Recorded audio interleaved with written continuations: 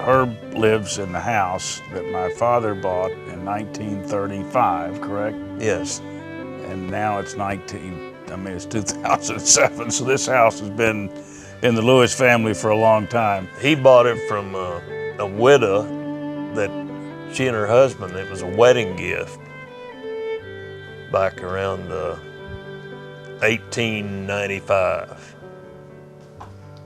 He bought it during the depths of the Depression for, I think, $6,000. I'm the oldest of 4 boys, and we were all 6 years apart. No sisters. Later in life, we had some stepsisters because my mother passed away and Dad remarried. So we had a good time. And on Washington Avenue then, we played out in the street, night, kicked the can, the bird dogs. Car'd come by every once in a while. Grandma Lewis and Granddad Lewis, who we call Daddy Bird, they lived just down the street from where we lived. When Mother and Dad been out of town, I would stay down there with them. They were wonderful people. Daddy Bert was a kind, mild man, and he taught me how to drive. I remember that later on, and took a lot of patience on his part.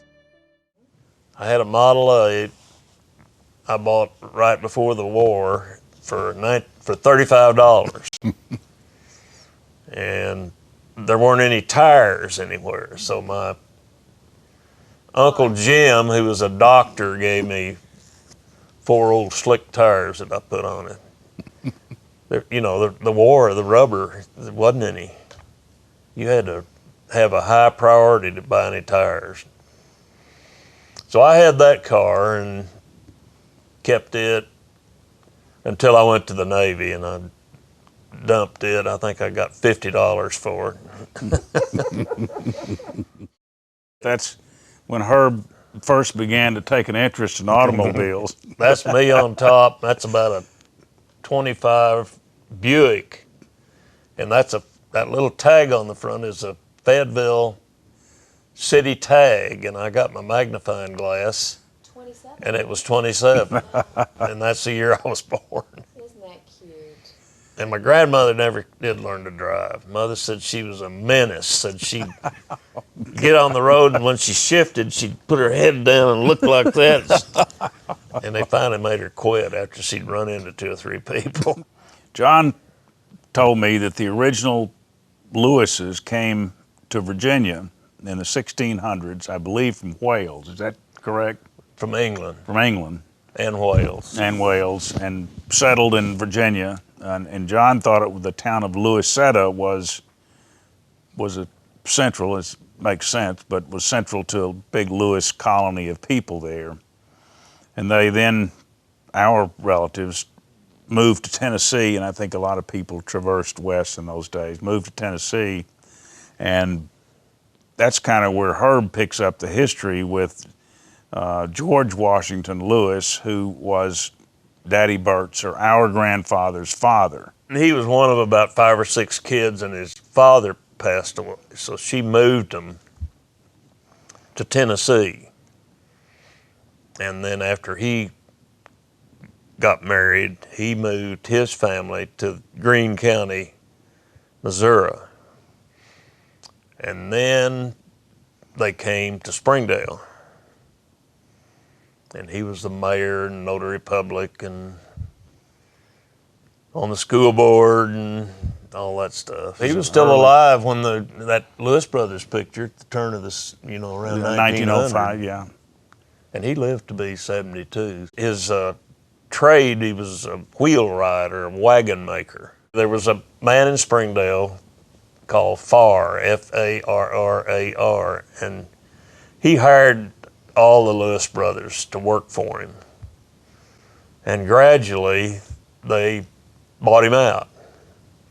And one boy went in the bank, and all the rest of them went in the hardware store. And they moved it down to Fayetteville. They were pretty close quarters there, yeah, at Lewis Brothers. Paul, I remember some. Paul lived into his 90s and was a very nice man and very involved in the community. They were going to tear the old post office down and make parking. So he was in charge of a fund to buy the post office and not let that happen. And they pulled it off. Paul left all his money to the University of Arkansas. It was some $800,000, which was a lot of money in those days. And of course, there were several people who weren't too happy with Paul for having passed them by in his will. But he did. He left all his money at the University of Arkansas Library. He said, well, the rest of the Lewises have enough money. My father worked there until, I think, 1936. He got discouraged because there was too many Lewises and they had kids and he wasn't getting anywhere. And Mrs. Fulbright, the mother of the senator, was the editor of the paper, the Northwest Arkansas Times, 5 cents each. And the county had a very crooked political thing going on. There was a lot of bootlegging, and they discovered bootleg whiskey in the tower of the old jail, which is still there. So she set out to get them, the county judge and everybody. So the sheriff went to the pen, and the governor appointed my dad to fill the term, and he was about 32 years old then. Now, how they made their money being sheriff in those days was feeding the prisoners as $1 a day, or you got mileage if you took them somewhere. So I remember one time we were going down to Hot Springs to see some of his friends, and we stopped, and we had a guy in the back seat with me who had burned a barn or something up, and he was going to the pen. And he was a young guy, probably in his late 20s, and Dad told him, if you won't run away, I'll let you sleep down here in the basement of this house. And he said, I'm not going to run away. And he was there the next morning. And I remember going down to the prison and taking him, and Dad gave him a carton of cigarettes before he went in there. But arson then was pretty common. Times were so tough, they'd burn something up for the insurance money. There was a good bit of moonshining too, and I think he had a few experiences with the moonshiners back up in the hills. Yeah. Well, He might not have wanted to go too deep into the hills. No. I think the biggest crime he had was a young man out east on a farm that killed his grandparents to get their car and their monies, and he took off for California. But they caught them real quick. Well, you know that it's supposedly Bonnie and Clyde came into Fayetteville and parked over there close to Washington Street and robbed a little grocery store, and he chased them out of town. That was the story I heard anyway. And in Fort Smith, they had killed a sheriff down there during this chase. So it was kind of rough times for sure. One story, when he was sheriff, somebody broke out, or they heard someone was coming, and they loaded the car up, and one of his deputies in the back seat had a double-barrel shotgun, and he slammed it down between his legs and blew a hole in the top of the car. Wow. And he ran for one renewal or re-election. And then he quit and went into the First National Bank because Uncle Art, the oldest Lewis brother, retired on account of his age. Here's a great picture of everyone but me, I hadn't arrived on the scene yet. But Herb in the front with John right behind him, and Tom behind him, and then a neighbor kid behind Tom, and Buck with his what bird dogs were those? Which was that, Dan? Yeah, Dan and Ginger. Herb said that Dan and Ginger could go anywhere in town they wanted to, and people knew them, and they were like people.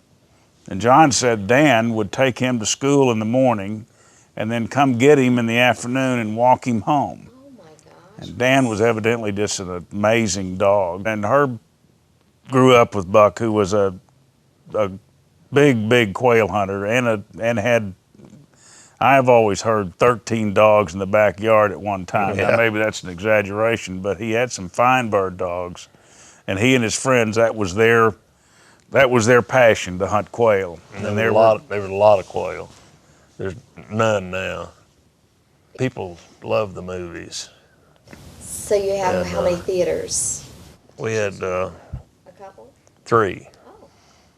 There were 2 on the square. Two on the square, and then one at the university, the UARC Theater Well, at the that university. came a little later. The kids would go to the Saturday morning cartoons and talk about I think it was called the Royal Theater. Royal. Mice would run over their feet. It evidently wasn't a high-class theater. Oh, I don't know. The boys all went through the pool hall stage, racing down there after school to shoot snooker for a quarter.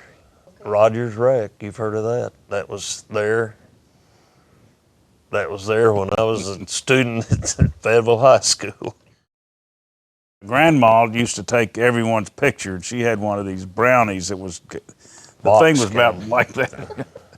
And she'd get down and look at it and jiggle it around. But the thing took pretty good pictures. Yeah, I'm sure that came from that old Grandma's brownie right there. Yeah, I mean it was just an old box, but It worked. she always insisted on getting pictures. Mother was pretty religious. We were Episcopalians, and she took part in everything. And she finally got my dad going to church. He wasn't real hot on the idea. His folks were real big Baptists. None of the Lewis boys believed in alcohol. They didn't drink. And Dad liked it pretty well. And Mother said before they married, she was over there at my grandparents' house, and they were eating Sunday dinner, and there was an explosion down in the basement, and a bottle of his beer had blown up. And said, his parents, they said, wonder what that was. And Buck said, oh, it's something outside. When I was a kid, she'd take me all over town tending to people who really couldn't tend for themselves. And I can remember names of people. One was the goat lady. Yeah, I remember the goat lady. And the goat lady lived with goats. And I mean, this is, these people were down and out. And she would visit and minister to, in one way or another, anyone, almost anyone. And that's kind of what I grew up as a young kid, sitting in the front seat of a 1950 Ford or whatever it is, looking up over like this, riding all over town doing this, doing her missions with her. I remember one time she was taking me in this, of course, no one had seat belts in those days, and the streets had big culverts on them. And she ran I think it was a 1950 Ford, into the culvert, and my head went up and smashed the window out, just scared her to death. But it didn't even hurt me. I didn't go through it. It just smashed the whole front windows. I had a reputation in the family for having a somewhat hard head. Yeah. Probably well deserved other than that. Herb and Tom were so much older than I was. I really didn't live with either one of them. That Herb was gone when I was born. That is hard to imagine. And Tom, if he lived there, it wasn't very long. Yeah. And so I don't really have any memories of living with Herb, and very little of living with Tom. The only memory I have is Tom would come to lunch, and he had a Model A as well, like Herb. It probably was his first car, and I, as a 4-year-old, would go out and sit in the front seat and turn the key on. So after lunch, Tom would go out and be dead as a doornail.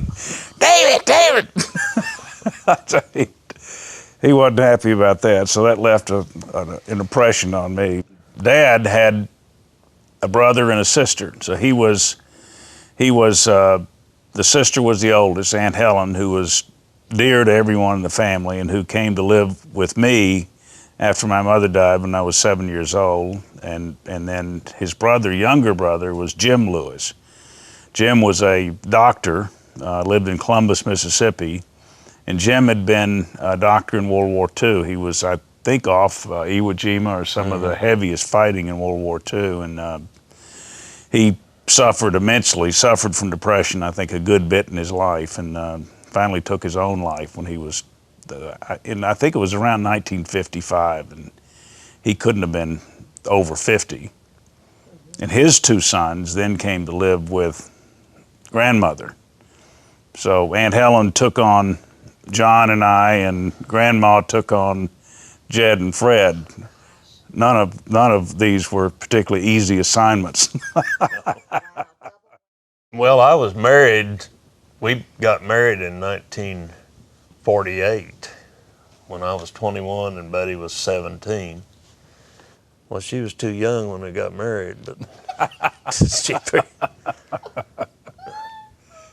her mama had never taught her to cook anything. We had to teach her how to fry eggs and some stuff like that.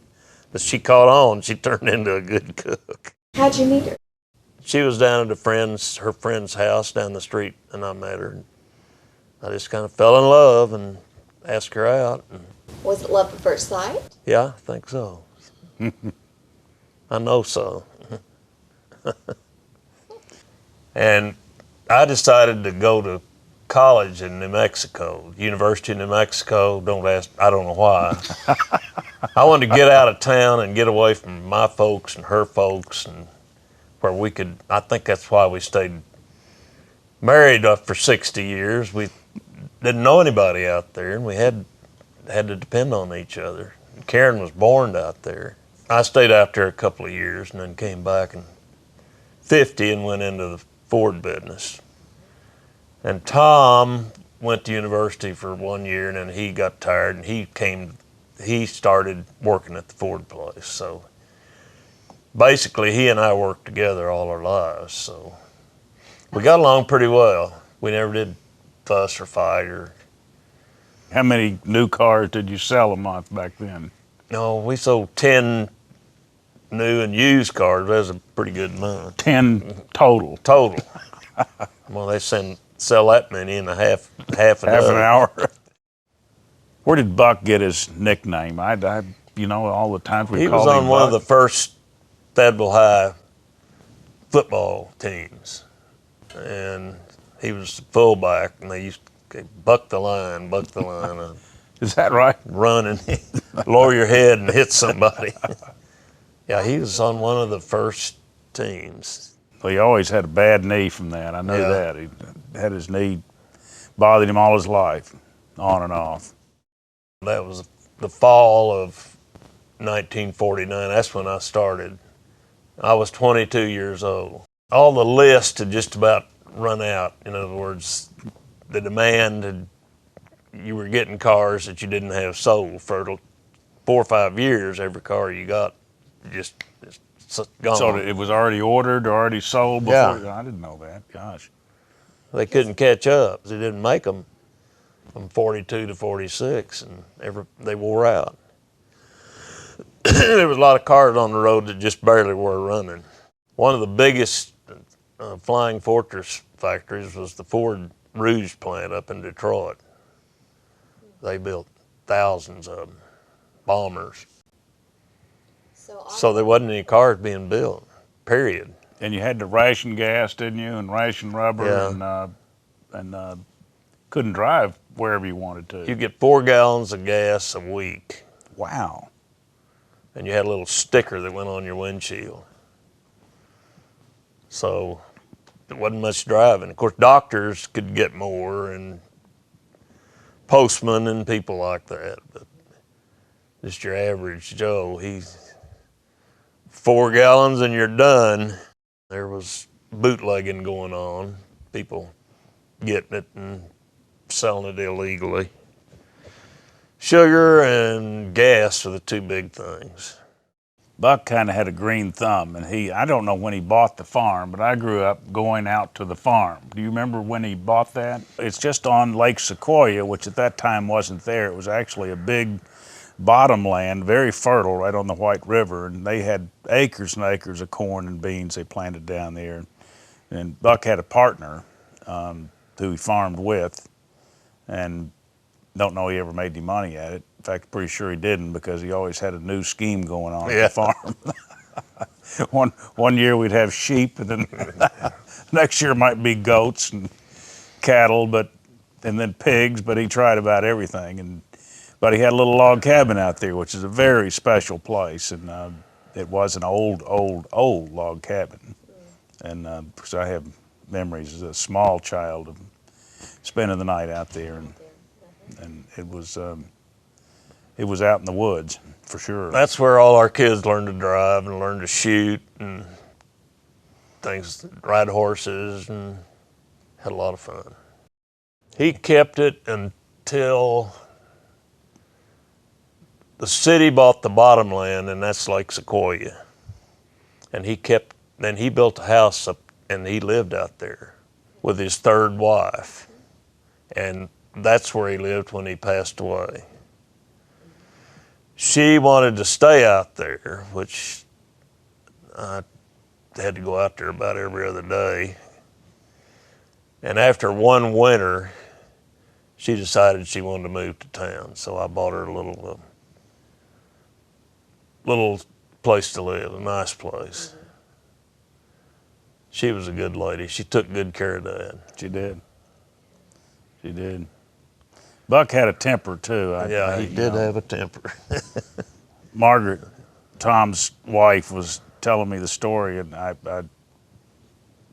Herb's probably heard this story, but he was leaving the house one day and going to work, and he could walk to work, and he caught his suit on the back screen door leaving the house, and evidently put a little rip on it. So he promptly pulled the entire screen off and threw it 50 yards out in the backyard, with a few choice words to follow it up with. But when he was real angry, you just didn't want to get in his way. No, leave him alone. Leave him alone. That's for sure. I was in the service 44 to 45.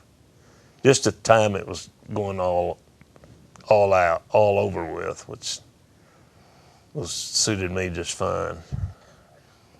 Herb, with the Great Lakes, I think, Great Lakes Naval Station, is that where you did basic training up there? Of course, in the wintertime for a kid from Arkansas, Great Lakes was Christmas. cold. It was really cold. I didn't know anything could get that cold. And he was going to be a medic in the Navy. And well, I was a medic. A medic, okay. But that, had the war not ended, he would have been in a bad place, because the medics fought throughout the Pacific, and it was and they had a very short lifespan.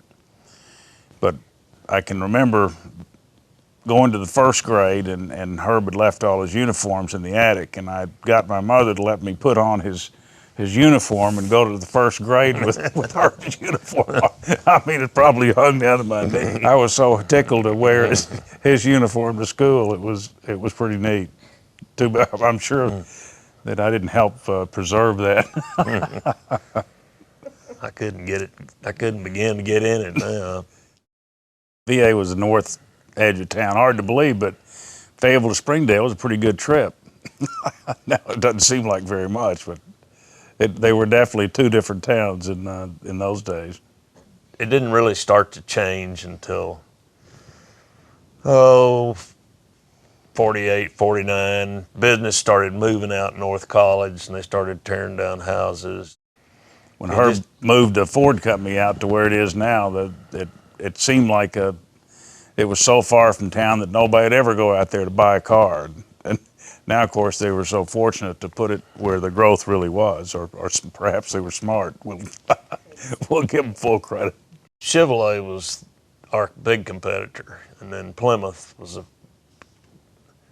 then there was a Buick dealer, a Nash dealer, and a GMC Oldsmobile dealer, and I think that was all. There weren't very many. It's a 57 Ford, and that's Betty and I going to a Ford meeting out in Colorado Springs at the what is that? Broadmoor. Broadmoor Hotel.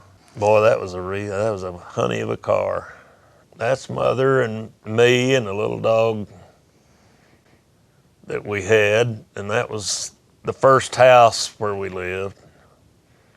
And it belonged to the Lewis brothers, and when someone got married, that's where they lived. It was right by the wagon yard where people used to come to town on Saturday. It's right behind Lewis Brothers building. That's not there anymore, is it? Oh no. Okay. It's parking lot. That's now. the parking lot behind Lewis Brothers or the bank. Let's talk about how John started the Bank of Fayetteville. He wound up in Little Rock working for a bank, which he didn't like.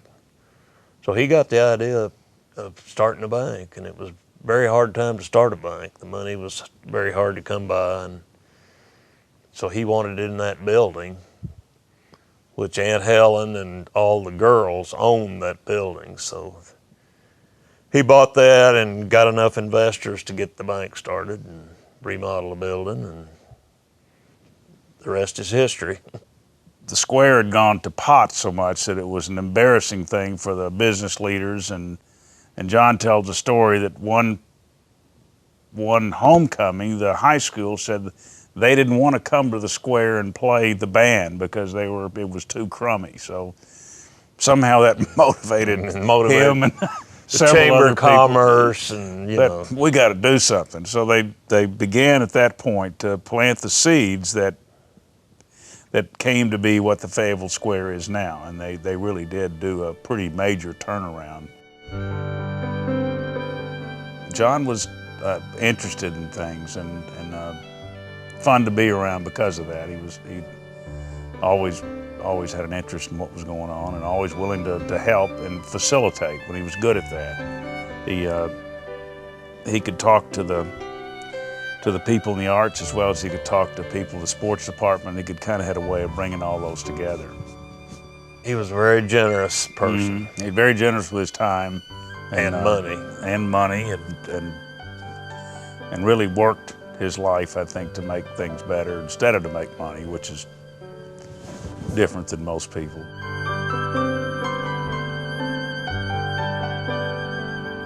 Everybody loved him and admired what he did, and he was a humble person.